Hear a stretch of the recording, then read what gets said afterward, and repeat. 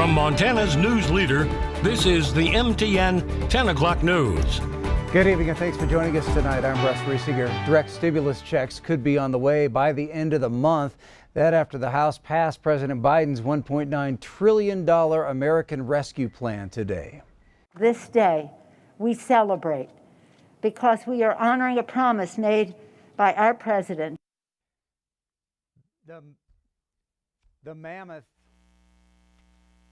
The mammoth bill passed almost entirely along party lines, although one Democrat did join Republicans in voting against it. Individuals making less than $75,000 will get $1,400 a month, double that for couples making under $150,000. It also extends unemployment benefits. The president expected to sign the legislation on Friday. Everything in the American Rescue Plan addresses a real need, including investments to fund our entire vaccination effort.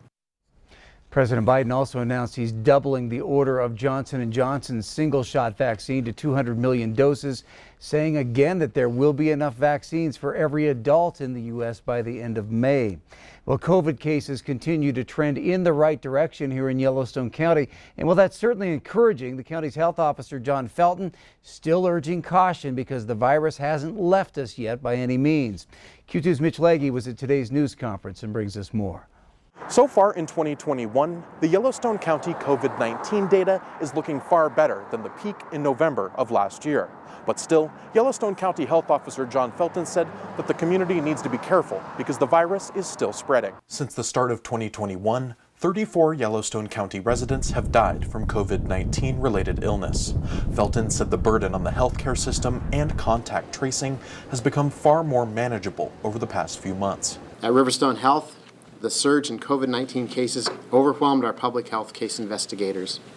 Never before had we needed to track hundreds of new communicable disease cases at the same time, week after week after week. As of today, there are 14 total people in one of the Billings hospitals with COVID-19, far less than in November with 150 hospitalizations.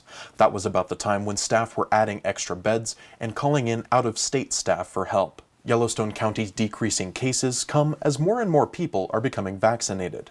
About 3 weeks ago, a centralized vaccination site was opened at Metro Park in Billings. So far, about 47,000 people have gotten their first dose of COVID-19 vaccine, and another 19,000 are fully vaccinated. The county has also received 1,000 doses of the Johnson & Johnson vaccine, which only requires one shot to gain immunity. Those doses will be targeted at those who meet the phased eligibility requirements, are homebound, homeless, incarcerated, or others who have trouble getting a second dose. Earlier in the week, the Centers for Disease Control detailed guidelines on how life can change for a fully vaccinated person, which means that they are 2 weeks past the date that they got their final dose. They can be indoors with other fully vaccinated people and don't have to mask or physically distance.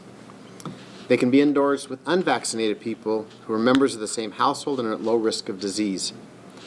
What this really means for some of us who are grandparents is that fully vaccinated grandparents can now visit with their grandkids, even if those grandkids aren't vaccinated. The CDC still recommends fully vaccinated people wear a mask and physically distance themselves from others while out in public spaces. All of this kind of sounds like things are returning to normal, but Felton cautioned the county will likely have to deal with COVID-19 in the long term because the virus cannot be eradicated. We'll get back to what feels normal. I don't think it'll be quite what it was. And I think that's true in any sort of really significant event. You know, life after a war is different than life was before a war just because of what people have been through. I'm not saying that COVID-19 is a war, but it's impacted us. It's impacted our sense of how we interact with people and where we go and what we do. And so society will shift a little bit. I think we'll adapt to whatever the new normal is, and someday it'll just be the normal. In Billings, Mitch Legge, MTN News. Thanks, Mitch. Riverstone is also now offering rapid molecular COVID-19 tests for those who need to travel. They come at a cost of $111 and can be scheduled by calling Riverstone. And for one night, the Billings Howl is returning. Since this week marks a full year of COVID-19 being here in Montana, Billings is commemorating those affected by the pandemic with a community howl on Friday night at 8 p.m. Everyone's encouraged to go outside and howl in honor of everyone who's worked tirelessly this past year to keep our community healthy and safe. Well, no one looks forward to seeing those orange cones on the highway showing construction ahead. But tonight we are looking into the future at a major project that will get underway this fall and will affect interstate drivers in the Billings area over the next couple of years. It's called the I-90 Yellowstone River Project, and it will mean big improvements to an approximate 2.6-mile stretch of the interstate between the 27th Street Exchange and the Lockwood Exchange, adding a third lane in each direction. So the purpose of the project is for to be able to accommodate increased capacity, future traffic operations, and safety overall for the infrastructure of I-90.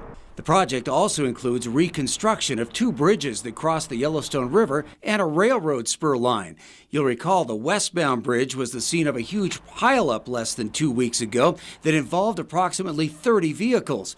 While construction preps begin this fall, the real work won't kick into gear until the following year. So season one of the existing bridges will be removed and demolished, and all the traffic on the interstate will be shifted over into what's considered a head-to-head configuration, so a single lane of traffic in each direction going across the other existing bridge, while a new bridge is built where the first one was demolished. And then over the winter time, go back to its original or its existing configuration, so it's not head-to-head traffic throughout the winter. And then in the second construction season, just be the vice versa configuration of that. The amount of traffic coming over this bridge has grown considerably since it was built back in the 1960s.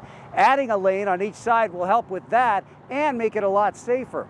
Along with 3 lanes going each way, another big difference is that there will be a 10-foot shoulder on both sides of the road in each direction. Yeah, just the widening of 3 lanes, accommodating additional traffic, the overall congestion, also having wider shoulders. It's meeting current design standards, so both on the interstate itself and across the bridges.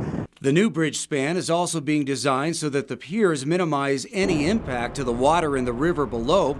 Improvements will also be made at the 2 interchanges on that stretch of the interstate. There are ramp modifications being done for both, primarily the off ramps at both 27th Street and Lockwood Interchange, having actually dual exit ramp there to accommodate the increase in traffic that's experienced at those interchanges.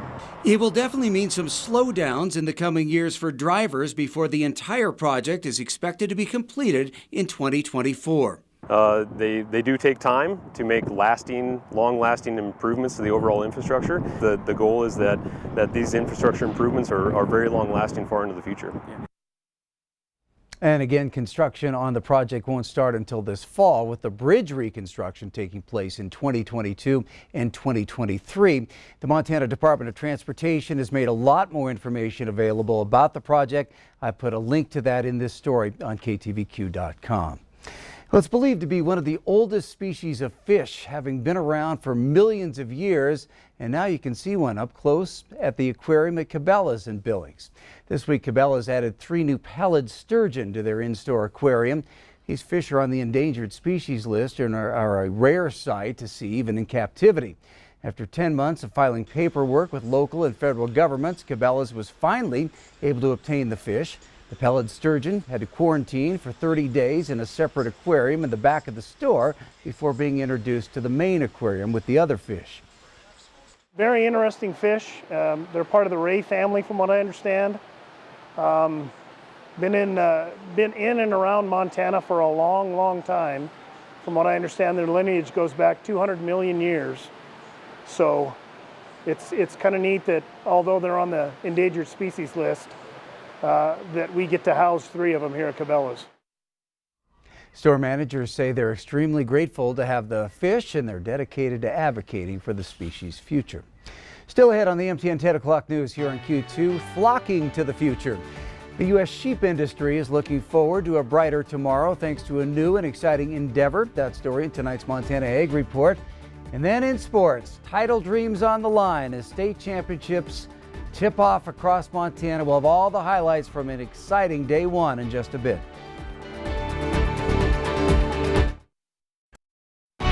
From Montana.